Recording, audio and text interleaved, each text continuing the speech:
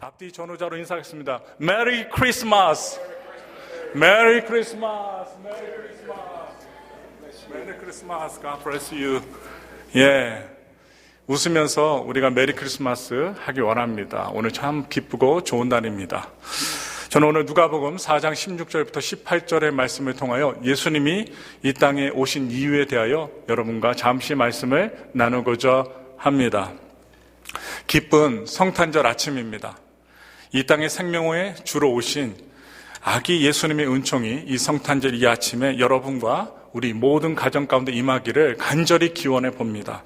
이제 성탄절은 우리 기독교인들, 예수 믿는 사람들만의 명절이 아닙니다.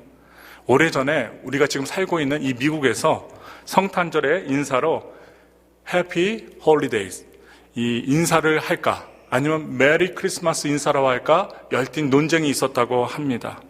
전통적으로 쓰던 메리 크리스마스로 인사할 것인가 아니면 해피 홀리데이스로 인사할 것인가 토론이 그리고 논란이 일어났다고 합니다. 그래서 메리 크리스마스라고 하면 너무 기독교적인 냄새가 나기 때문에 기독교인이 아니거나 다른 종교를 갖고 계신 분들은 불쾌감을 가질 수 있기 때문에 메리 크리스마스라는 말 대신에 해피 홀리데이스라는 말로 해야 된다는 그 주장이 제기되었기 때문에 논란이 있었습니다. 그런데 그 당시 CNN 방송에서 이 논란에 대해서 뉴스를 다루었습니다. 그래서 조사에 따르면 미국 사람들은 그래도 여전히 메리 크리스마스라는 인사가 훨씬 더 좋다는 그것에 결정권을 주었어요. 그래서 크리스마스는 예수님이 탄생하신 크리스마스이지 평범한 휴일, 홀리데이가 아니라는 것입니다. 많은 분들이 크리스마스 이브까지 술을 드시고 파티를 하고 그리고 진작 예수님이 탄생하시는 크리스마스 날은 거의 오후 3시, 4시, 5시까지 코가 삐뚤어지도록 자다가 저녁에 메리 크리스마스 합니다. 아무런 의미가 없습니다. 그날은 홀리데이입니다. 그 사람에게는 홀리데이예요. 그래서 연말연시와 맞물려있는 성탄절이 그 본래 의미는 퇴색되어져 가고 즐겁게 노는 날로 바뀌어가고 있는 것이 사실이 되었습니다. 그러나 성탄절의 의미가 아무리 퇴색해 간다 하더라도 우리 신앙인들만은 성탄절의 본래 의미를 반드시 회복해야 한다고 봅니다.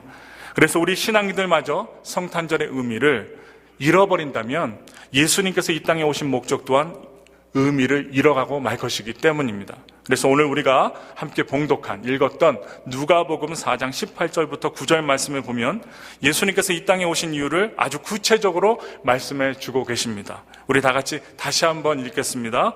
18절부터 19절의 말씀입니다. 우리 다 같이 읽겠습니다.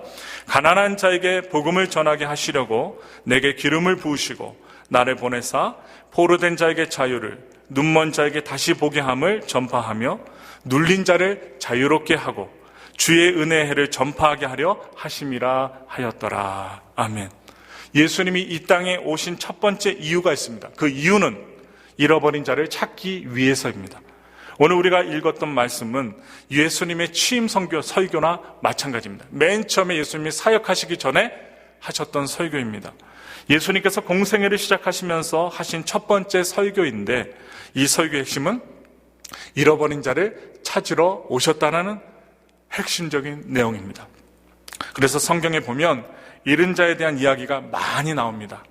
누가복음 15장에 보니까요, 잃은 양을 찾아간 목자 이야기가 있고 100마리 양을 가진 그 어떤 사람이 한 마리의 그 양을 잃어버렸을 때에 그 목자는 99마리의 그 양들을 그냥 놔두어 버리고 잃어버린 한 마리 양을 찾으러 온 산과 들로 헤매는 모습을 보여주면서 결국 그 양을 찾는다는 이야기입니다.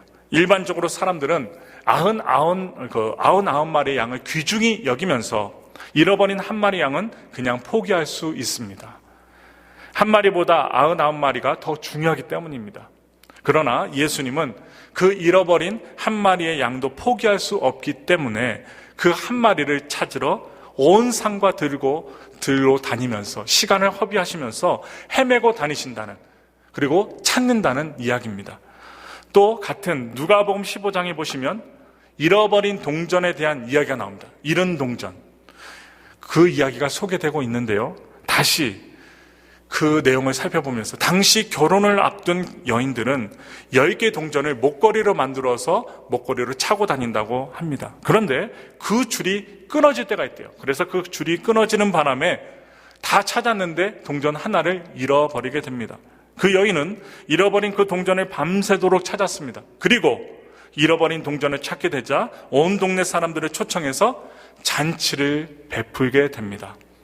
그리고 여러분, 그 이야기를 우리가 자세히 살펴보면서 느끼는 것은, 아니, 동전 하나 찾았다고 왜 잔치를 벌일까?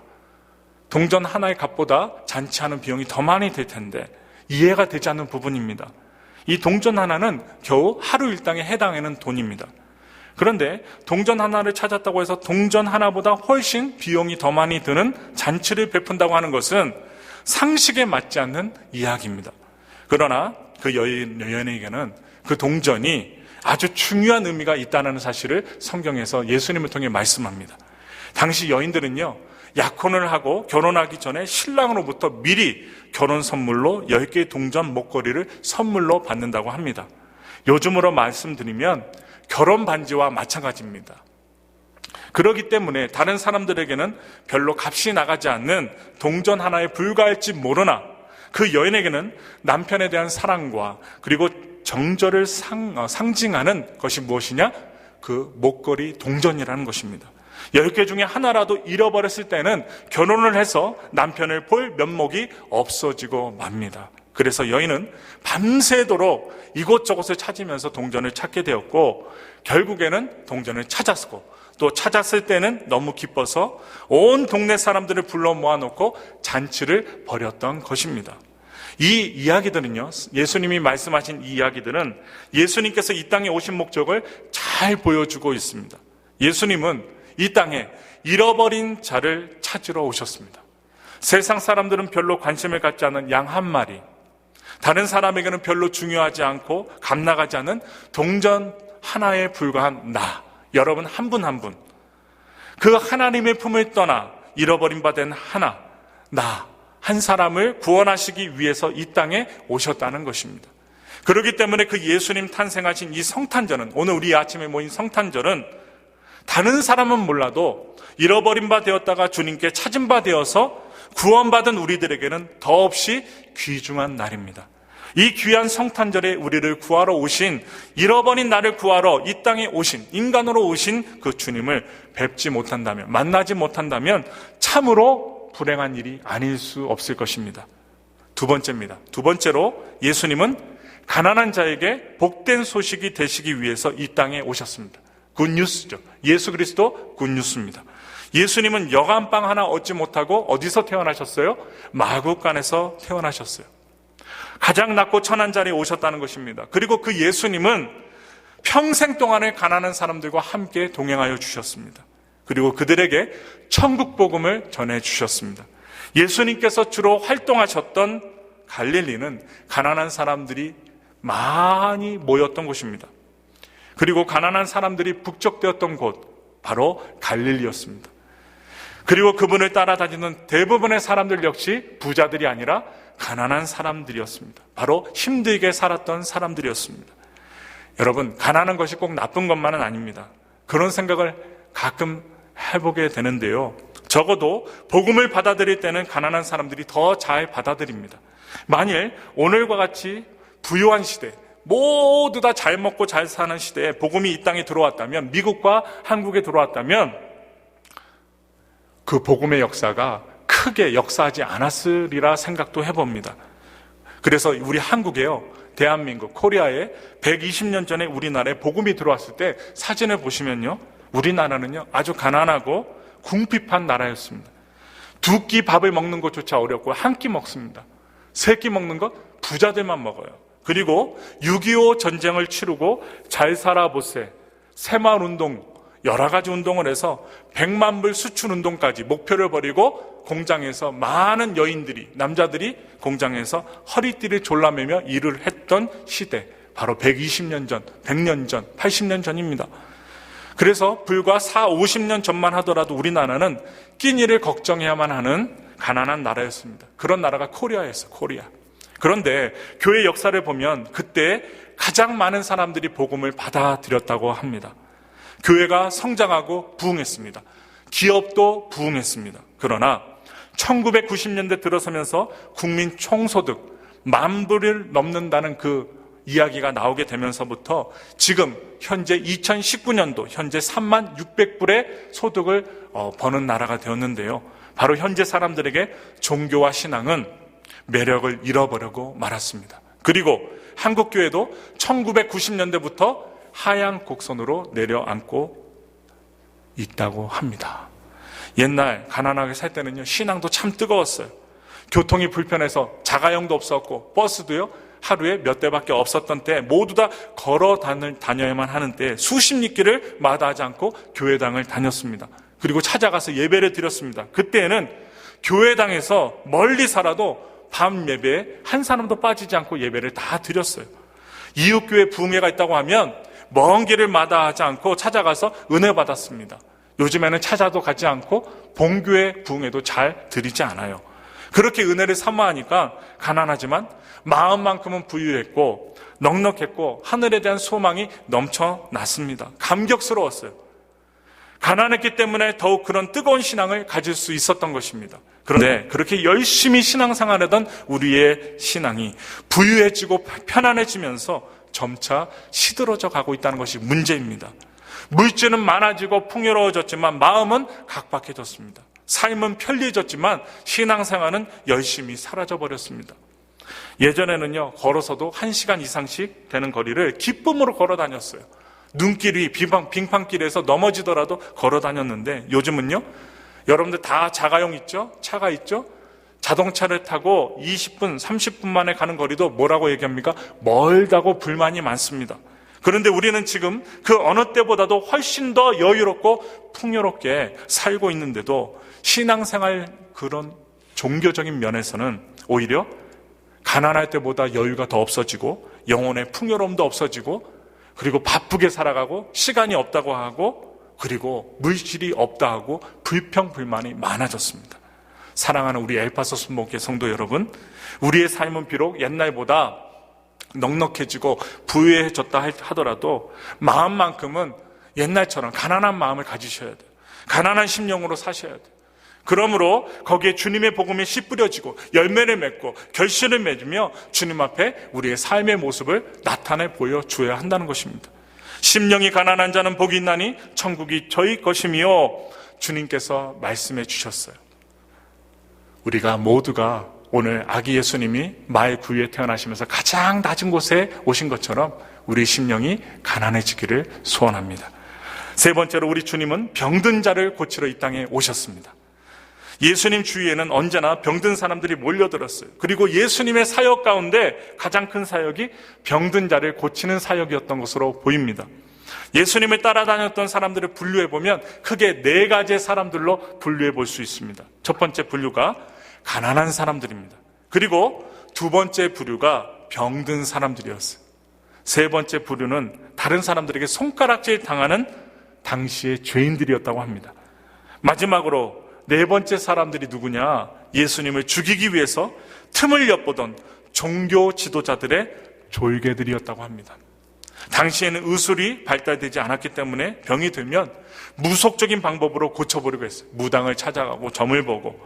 그래서 그 여러 가지 하나님이 아닌 세상의 신에게 절하고 빌고 기도했던 무속의 신앙인들이 많았죠. 그런데 예수님은 그들을 찾아다니시면서 또 다른 메시아, 하나밖에 없는 메시아, 바로 자기 힘을 말씀하시면서 그들에게 긍휼히 여기시면서 병든 자를 고쳐주셨어요. 병들었을 때 주님을 만나 변화받고 예수님을 따라다니는 사람들이 얼마나 많았는지 모릅니다.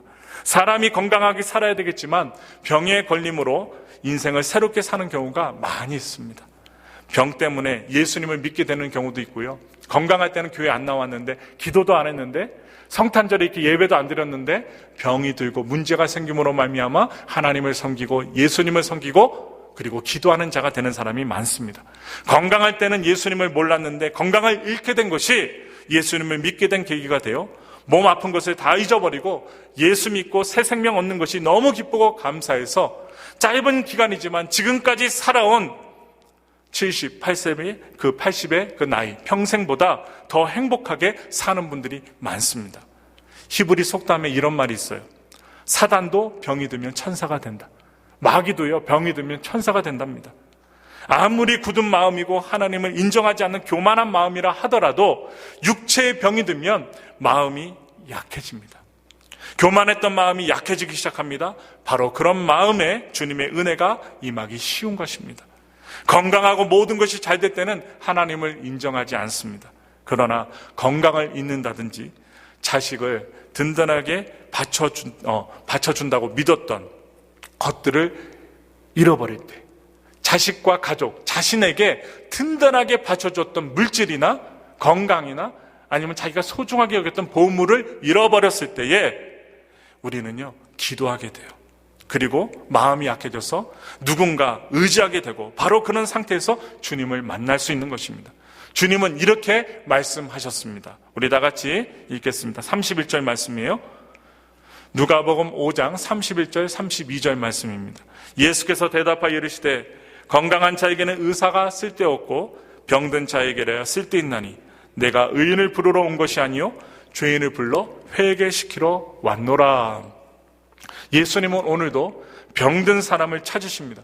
병으로 고통당하는 사람을 만나 치료해 주시기를 원하십니다. 그들을 만나기를 원하셔요. 그러므로 병든 몸과 그대로의 마음을 주님 앞으로 가져가 주님 나를 만져 주옵소서 기도할 수 있는 신앙인이 되셔야 돼요. 그래서 기도하면 주님은 우리를 고쳐주실 것입니다. 그걸 위해서 주님께서 이 땅에 오셨기 때문입니다. 바로 그날이 성탄절입니다. 마지막으로 네 번째는 우리 주님은 억눌린 자를 자유케 하시려고 이 땅에 오셨습니다. 오늘 본문은 이렇게 말씀하고 있습니다. 합심하여 읽겠습니다. 누가복음 4장 18절부터 19절의 말씀입니다. 읽겠습니다. 나를 보내사 포로된 자에게 자유를, 눈먼 자에게 다시 보게 함을 전파하며 눌린 자를 자유롭게 하고 주의 은혜의 해를 전파하게 하려 하심이라 하였더라. 사람들은 무언가 눌린 채 살아가고 있어요. 어떤 사람은 술이나 노름이나 마약과 같은 나쁜 습관에 눌려 삽니다. 멍에를 메고 살아갑니다.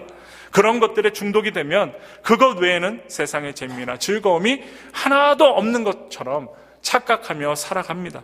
그래서 그것에 집착합니다. 술이나 마약이나 아니면 노름, 나쁜 습관에 집착합니다. 그게 바로 그 사람에게는 무거운 멍에입니다. 어떤 사람들은 이기심이라는 마음의 병에 눌려 살기도 합니다. 어른들이 이기적으로 살아가니까 아이들까지도 이기적으로 되어가고 있습니다. 나 외에는 아무 것에도 관심을 갖지 않습니다. 오늘날 외로운 세상이 다가온 것입니다. 이런 이야기가 있어요. 어떤 어머니가 외출했다가 집에 돌아오니까 초등학교에 다니는 아이가 어울리지 않는 책을 딱 펴보고 있는 거예요. 그리고 읽고 있더랍니다.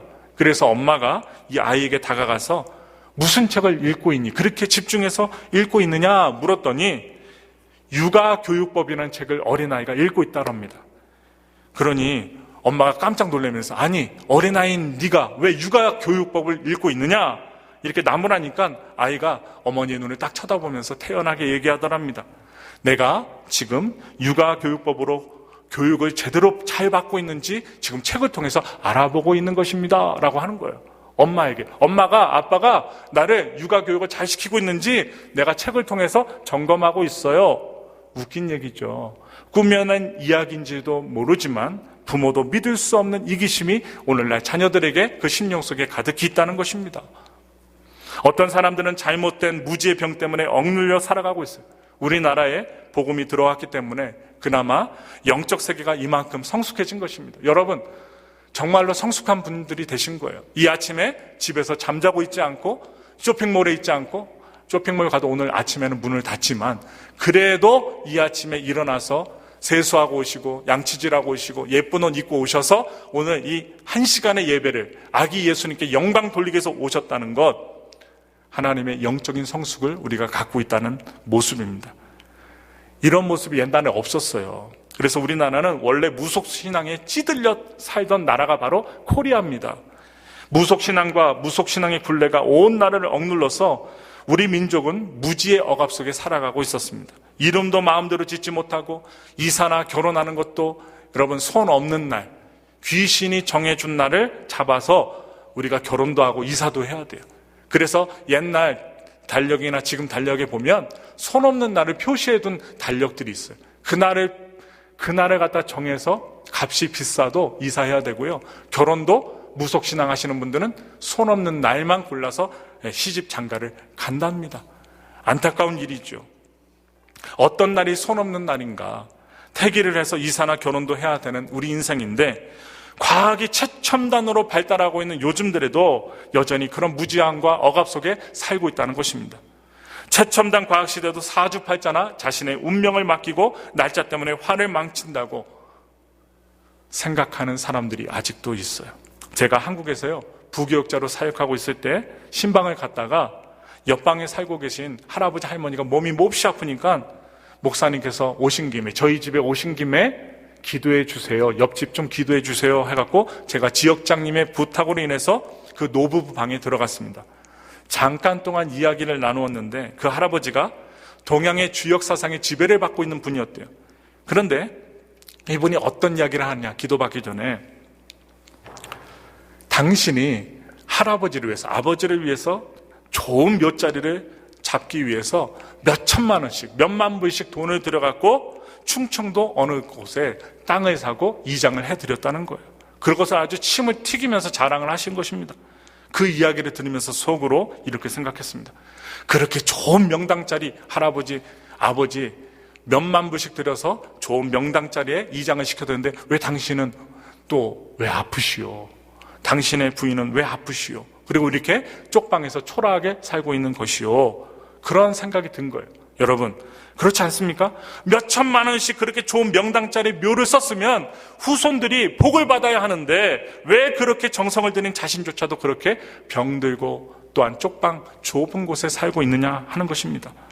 여러분, 아직도 무지와 거짓에 목매어 사는 사람이 많이 있다는 사실을 말씀을 드리면서 여러분, 지금 티베트란 나라에 가보시면 사람들이 아침이 되면요, 집에서 딱 나오는 게 아니라 어떤 소수의 사람들은 어디서 나올까요? 돼지 우리와 강아지 집에서 나온다고 합니다. 아침에 그 똥냄새 나는 그 냄새를 갖다 풀풀 풍기면서 돼지 우리와 강아지 집에서 기지개를 피고 딱 나오면서 강아지와 돼지에게 아버님, 어머님 안녕히 계시옵소서 하고 나온대요. 여러분, 웃지 못할 이야기들이 티벳에서 벌어진다고 합니다. 그들은요, 인간은 본래 동물과 하나라고 믿는 신앙을 갖고 있어요. 그래서 내가 전생에 돼지였는지 소였는지 개였는지 모르기 때문에 돼지나 개 그리고 소 같은 것을 아주 귀하게 여겨서 내가 기르는 소가 우리 어머님일 수 있다. 내가 기르는 그 펫이 아버지일 수가 있다. 그래서 그것을 아주 소중하게 여긴답니다. 그래서 한 방에서 같이 산답니다. 그래서 우리 집에서 기르는 저 돼지나 개가 얼마나 귀한 사람이 아닐까라고 궁금해하면서 우리 아버님이라면 나는 좋은 집에서 잠을 자고 아버지는 돼지나 개는 헛간에서 자면 불효가 아닌가. 그래서 어떻게 아예 집을 개조해서 돼지와 개와 소와 함께 잘 수 있는 집으로 만들어서 같이 잔답니다. 그래서 아침이면 돼지우리나 개집에 들어가서 부모님께 인사하고 또 나올 때는 어떻게 안녕히 계시옵소서 인사하고 또 함께 얼마 동안 누웠다가 밖으로 나온다는 것입니다. 이 얼마나 어리석은 짓입니까?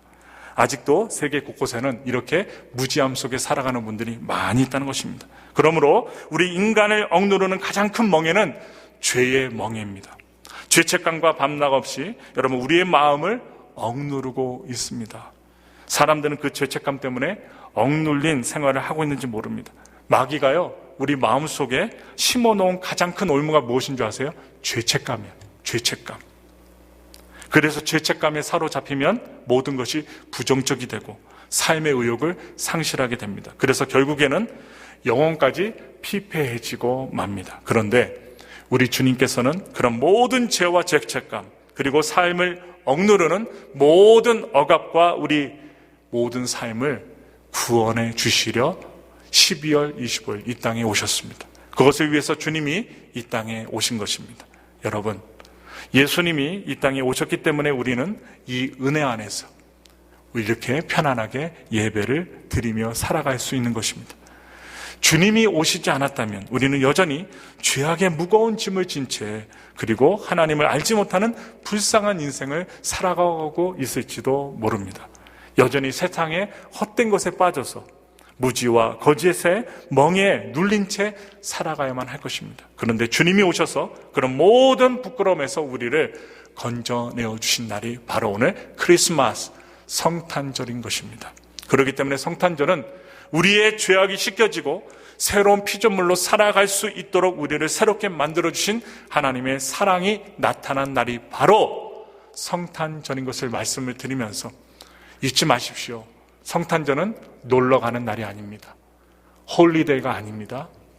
크리스마스, 예수님이 탄생하시고 우리를 위해서 신이신 하나님의 아들이 인간의 아들로서 태어나신 아주 귀한 날임을 기억하시면서 여러분, 이 성탄절 이 하루를 가족들과 함께 예수 그리스도의 뜻을 받들어 영광을 돌리며 또한 감사하며 또한 기뻐하며 또한 행복해하며 기쁜 성탄절에 주님께서 우리에게 베푸신 귀한 은혜와 사랑을 나누며 살기를 예수님의 이름으로 축원합니다. 그러한 성숙한 신앙인들이 되십시오. 우리 다 같이 기도하겠습니다.